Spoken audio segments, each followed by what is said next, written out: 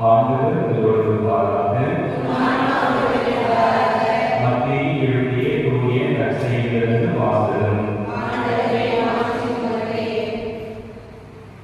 பிரிவு 23 இறை வார்த்தைகள் 13 முதல் 22 முடிய. அக்காலத்தில் இயேசு கூறியது: வெளிவேடக்கார மறைநூல் அறிஞரை, பரிசேயரே, ஐயோ உங்களுக்கு கேடு! மக்கள் நுழையாதவாறு அவர்கள் முன்பாக விண்ணக வாயிலை அடைத்து விடுகிறீர்கள். நீங்கள் நுழைவதில்லை, நுழைவோரையும் விடுவதில்லை. வெளிவேடக்கார மறைநூல் அறிஞரை, பரிசேயரே, ஐயோ உங்களுக்கு கேடு! ஒருவரையாவது உங்கள் சமயத்தில் சேர்ப்பதற்கு நாடு என்றும் கடல் என்றும் பாராமல் சுற்றி அடைந்தீர்கள். அவ்வாறு சேர்ப்பதில் அவரை உங்களை விட இருமடங்கு நரக தண்டனைக்கு ஆளாக்குகிறீர்கள். குருட்டு வழிகாட்டிகளை, ஐயோ உங்களுக்கு கேடு! யாராவது திருக்கோவிலின் மீது ஆணையிட்டால் ஒன்றுமில்லை. ஆனால் அவர் கோவிலின் பொன் மீது ஆணையிட்டால் அதை நிறைவேற்ற கடமைப்பட்டவர் என்பீர்கள். குருட்டு மடைகளே, எது சிறந்தது?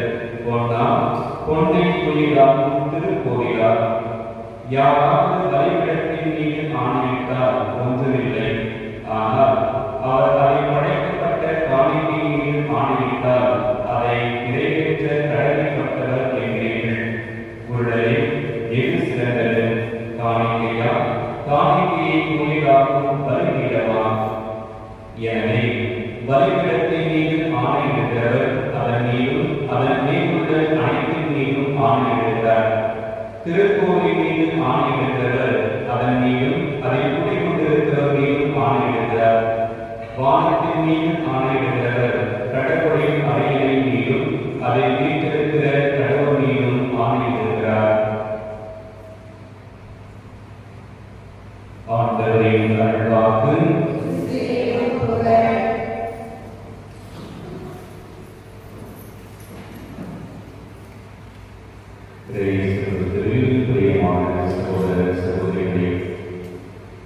இன்றைய இறைவார்த்தை வழிபாடு யாரெல்லாம் இறையரசுக்கு தகுதியானவர்கள், யாரெல்லாம் இறையரசுக்கு தகுதியற்றவர்கள் என்பதை மிக அழகாக எடுத்துக் கூறுகிறது.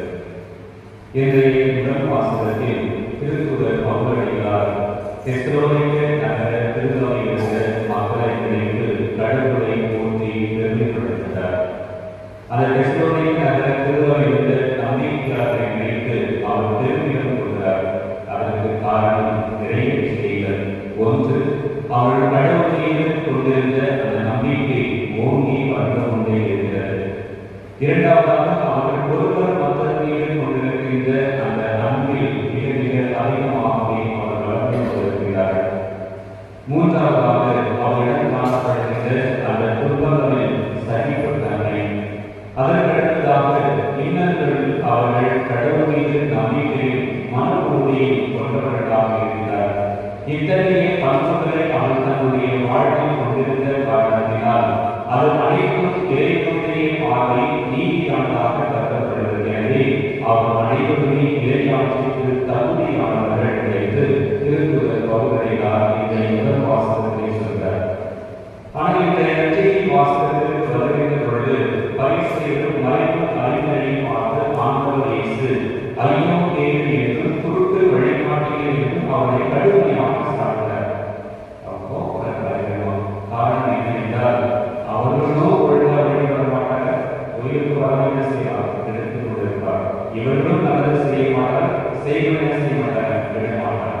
எனவே அப்படிப்பட்டவர்கள் இறையாட்சியில் நுழைவது மிக மிக கடினம் என்று சொல்றார்.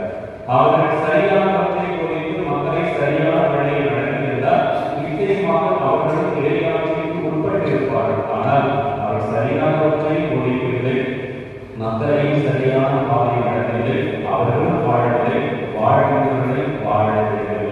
இன்றைக்கு நாமும் நம்முடைய வாழ்க்கையை அப்படித்தான் இருக்கிறோம். இந்த குருட்டு பரிசேயரை போன்றும் மறைநூல் அறிஞரை போன்றுதான் நாம் வாழ்ந்து கொண்டிருக்கிறோம். நம்முடைய வாழ்க்கையை நாம் பல நேரங்களில் கோயிலுக்கு வராமல் என்ன செய்வோம்? தடுத்து கொண்டிருக்கிறோம். ஒருத்தர் நல்லது செய்கிறார்களா, ஏன் நல்லது செய்ய நல்லது செய்யாது என்று சொல்லி அவர்களுக்கு நாம் முத்துக்கட்டையாக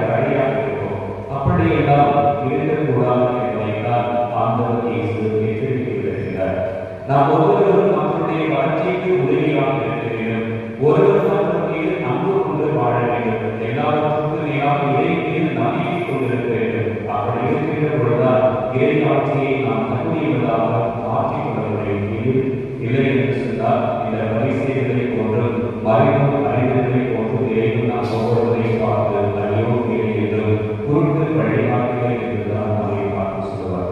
ஆனால் இன்றைய முதல் வாசகத்திலே தெசலோனிக்க நகர திருவள்ளுவர் என்ற மக்களை பார்த்து திருத்துதர் பவுலடிகளார் கடவுளை போற்றுகிறார். அதை போன்று நாமும் நம்முடைய வாழ்க்கையை வாழ வேண்டும். தெசலோனிக்க நகர திருவள்ளுவர் என்ற மக்கள் எப்படி கடவுளை கொண்டிருந்த நம்பிக்கை ஓங்கி வந்தாலோ, ஒருவர் ஒருவரையும் கொண்டிருந்த நம்பிக்கை உயர்ந்து வந்தாலோ, தன்னுடைய துன்பங்களோடும் இன்னல்களோடும் சகிப்பு தன்மை மன உறுதியில் நம்பிக்கை கொண்டிருந்தாலோ, அதே போன்று நாமும் நம்முடைய வாழ்க்கை